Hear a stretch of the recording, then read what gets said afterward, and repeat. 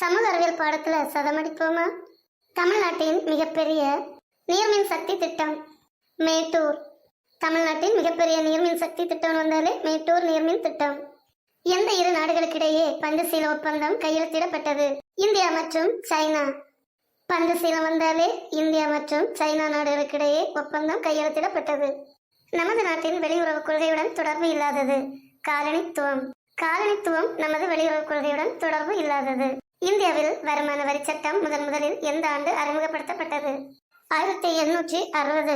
வேலூர் புரட்சி எப்போது வெடித்தது? 1806 ஆண்டு ஜூலை 10 1916 ஆண்டு தன்னாட்சி இயக்கத்தை முதலில் தொடங்கியவர் யார்? திலகர். திலகர்